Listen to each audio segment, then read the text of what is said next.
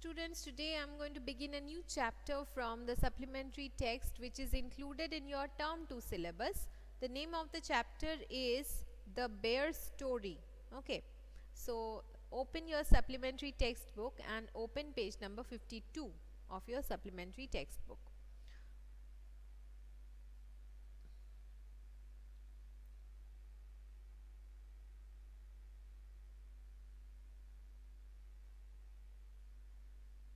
This is a very lovely story about a bear. Okay, so there lived a lady on the border of a big forest, and then she took up a bear as a pet because she found that a bear cub was there in the forest who was nobody was looking after the bear cub. She felt sad for him, and so she got it home and she brought it up on the bottle.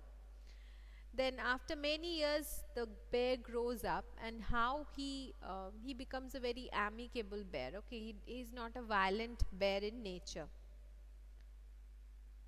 Now we are going to learn about him and his story. Okay, his story. Okay, so let us begin the story. Page number 52, supplementary text, The Bear Story. There was once a lady who lived in an old manor house on the border of a big forest. This lady had a pet bear she was very fond of. It had been found in the forest, half dead of hunger, so small and helpless that it had to be brought up on the bottle by the lady and the old cook. Okay, so this was several years ago, and now it had grown up to a big bear, so big and strong that he could have slain a cow and carried it away between his two paws if he had wanted to. But he did not want to. He was a most amiable bear who did not dream of harming anybody, man or beast. He used to sit outside his kennel and look with his small, intelligent eyes most amicably at the cattle grazing in the field nearby. Okay, so once upon a time there lived a lady.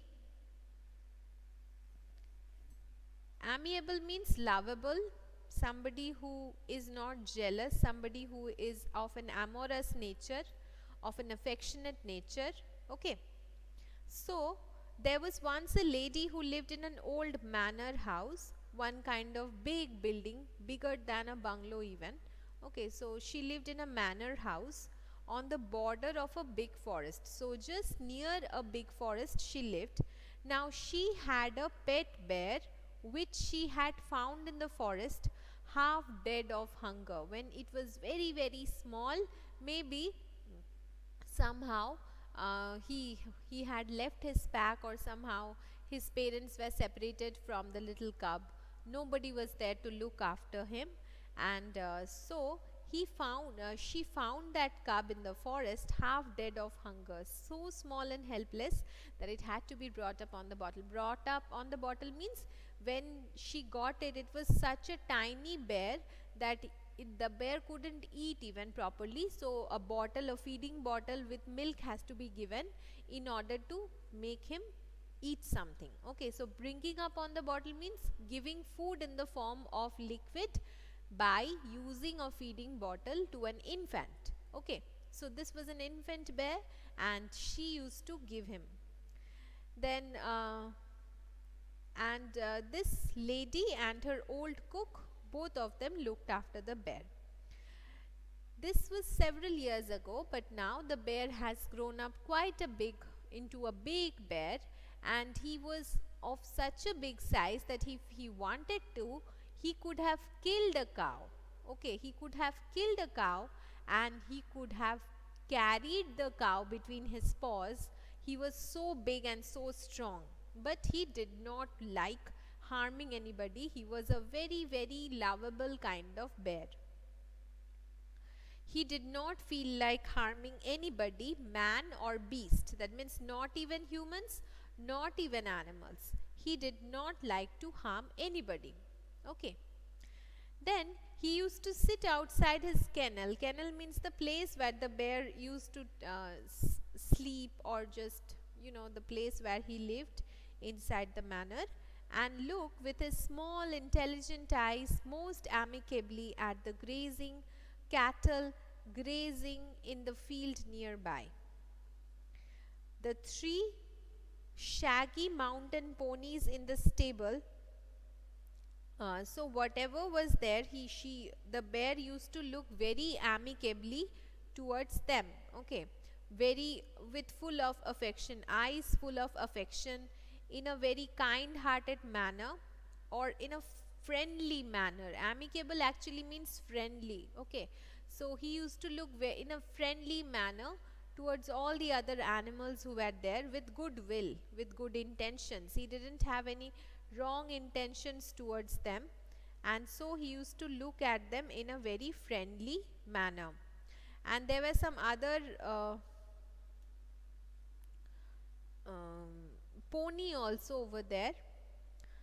The three shaggy mountain ponies in the stable knew him well. Shaggy means they had some long thick hair. Okay, long thick hair or fur that they had. Rough and thick fur also was present in those ponies, and they also knew him well and did not mind in the least when he shuffled into the stable with his mistress. Okay, so whenever he went into the stable with his mistress, that means the lady of the manor, the woman who had brought, means, because they were not able to, he used to shuffle, that means walking in a dragging sort of manner.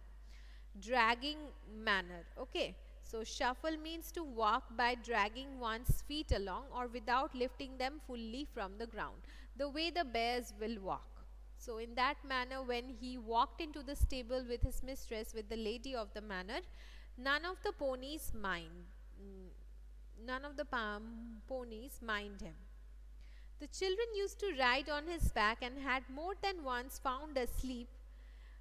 been found asleep in his kennel between his two paws. So even the children knew that he was a harmless big bear. He didn't have any bad intentions towards anybody. So even they also slept with him. The three dogs loved to play all sorts of games with him, pull his ears and his stump of a tail, and tease him in every way. But he did not mind it in the least. He had never tasted meat. He ate the same food as the dogs, and often out of the same plate: bread, porridge, potato, cabbage, turnip. He had a fine appetite. That means he had a fine hunger for food. And his friend, the cook, saw to it that he got his fill. So, as he had never tasted meat, he had no idea that he could also eat meat. Okay, the kind of diet he was brought up on was completely vegetarian, and he was all right with it. The cook used to give him all the different kinds of food which was best for him. In the autumn, he used to sit and look with a wistful eyes at the ripening apples in the orchard. During the autumn time, he would look with longing eyes. Okay, wistful means longing, means full of, that means he used to look at those you know look at those apples which were ripening in the orchard. And in his young days, he had been sometimes unable to resist the temptation to climb the tree and help himself to a handful of them. So he used to look in a longing, desirous manner, because at that moment when it was still ripening, he couldn't just go to the orchard and get it. Okay, so he used to control his desires, and so he would look at it in a longing manner, the way you do probably when you see somebody, when you're walking, or when you're going in a car, and your parents or anybody who is taking you, and the smell from a lovely restaurant comes into your nose, and you feel like, I should go near that biryani place. Okay, so he also used to feel the same way when he saw those apples in the orchard, but he controlled himself. He didn't go and take it. But when he was young, much younger than this, he would sometimes directly go to the apple trees and help himself to a handful of them. That means he would just take a handful of apples and eat them. Okay. Bears look clumsy and slow in their movements, but try a bear with an apple tree and you will soon find out that he can easily beat any schoolboy at that game. Now he had learned that it was against the law, but he kept his small eyes wide open for any apples that fell to the ground. There had also been some difficulties about the beehives. He had been punished for this by being put on the chain for 2 days with a bleeding nose, and he had never done it again. Okay, so bears look clumsy and slow in their movements, but try a bear with an apple tree and you will soon find out that he can climb the tree very well. Okay. So if you want, you can even see that even though they look as if they are clumsy, you can understand that they are quite an expert climber. Okay, they are quite an expert in climbing the trees. Just wait, let me see till what time this class is scheduled. 5:04. Okay, so the time is over. I'm just going to wrap up in till this portion. So you are going to mark in your book till handful of them.